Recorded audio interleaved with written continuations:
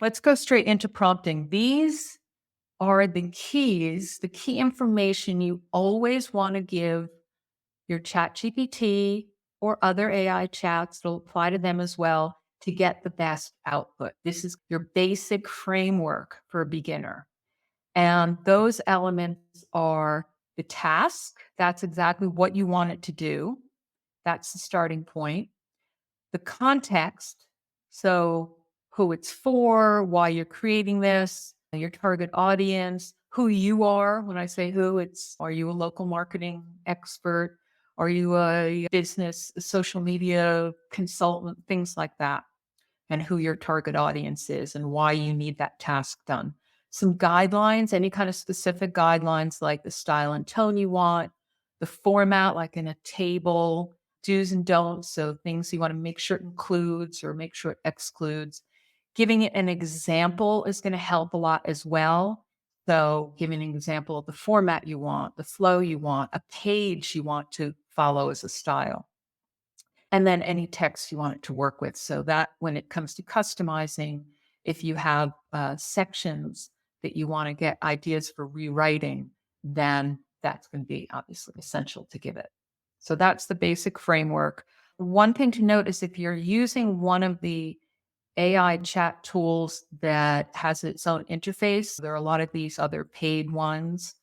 I can't think of them off. There's new ones every single day. I can't think of any offhand, but they often are much more rigid about what information you have to put in. So it can be nice to have that guide, but it will be more restrictive as well. That's why I happen to like using ChatGPT, but you use whatever you're most comfortable with. Also, if you're not sure what information to give it, you can ask. So you can give it the task and say, okay, what information do you need from me in order to complete this task? So that's a great way if you're just not sure, but you'll get more comfortable, more confident the more you do it. The other key, other than that prompting framework, is your follow up prompts. So I find that giving it feedback is going to help every further response that you get in your chat. So, what did you like about the response? What did you not like? How should it adjust the content that it put out? What should it do next? It's like working with any assistant who needs a lot of guidance. You need to tell it that give that feedback of what was good, what wasn't, what it needs to do. Always keep that kind of mindset. Remember, it's an assistant, it needs your directions, very detailed directions. So here's just one example before I go into specific ones on customizing the course that shows that framework. So in this case, I'm having it create something new just so you can see from scratch. So you could say, I want 10 social media posts for my course on whatever the course topic is. The context is I want it to drive traffic to my sales page, my audience, local business service providers interested in my course because they're struggling to attract and convert leads, give it some guidelines. I want a mix of tips and questions to entice clicks, use a casual and friendly tone, include emojis and hashtags, don't use these certain words, revolutionize, equip, empower, elevate, unlock. You're going to see lots of different ones that you just don't want it to use. And then I gave an example of a formula it should follow: question plus hashtag plus link or tip or question. So let's hop over to my ChatGPT where I set this all up. I did all this yesterday. Whoops, let's go back up to the top. All right, so I did this all yesterday so that it's all set up and we don't have to wait for generating any issues.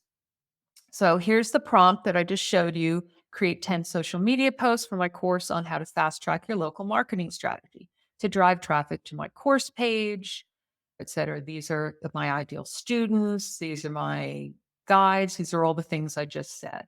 And then ChatGPT came back and said, absolutely, Sharyn. I'll show you custom instructions later that show how you can get it to respond in a certain way. So it said, I'll create these. They're designed to do XYZ. I have in my custom instructions telling it to confirm with me and give an outline. And it gave an outline of what it's going to do. And then it actually did the first 5 because I've told it in my custom instructions to only do part at a time to make sure it's on track. So these are the first 5. I go through, see what I like, don't like, and I gave it more feedback. I said, those are great. However, only include one emoji in each post aside from the arrow emoji that points to the course link.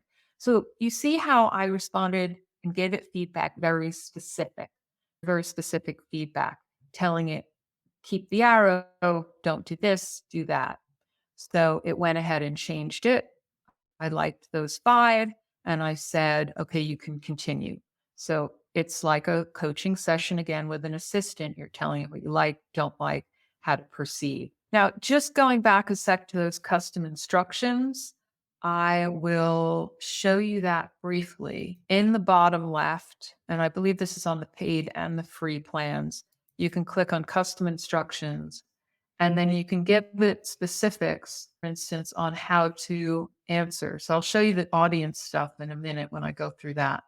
But you can see that I gave it instructions for longer requests and additional preferences. So for extensive answers, first provide an outline, then deliver content in sections, checking in for feedback after each.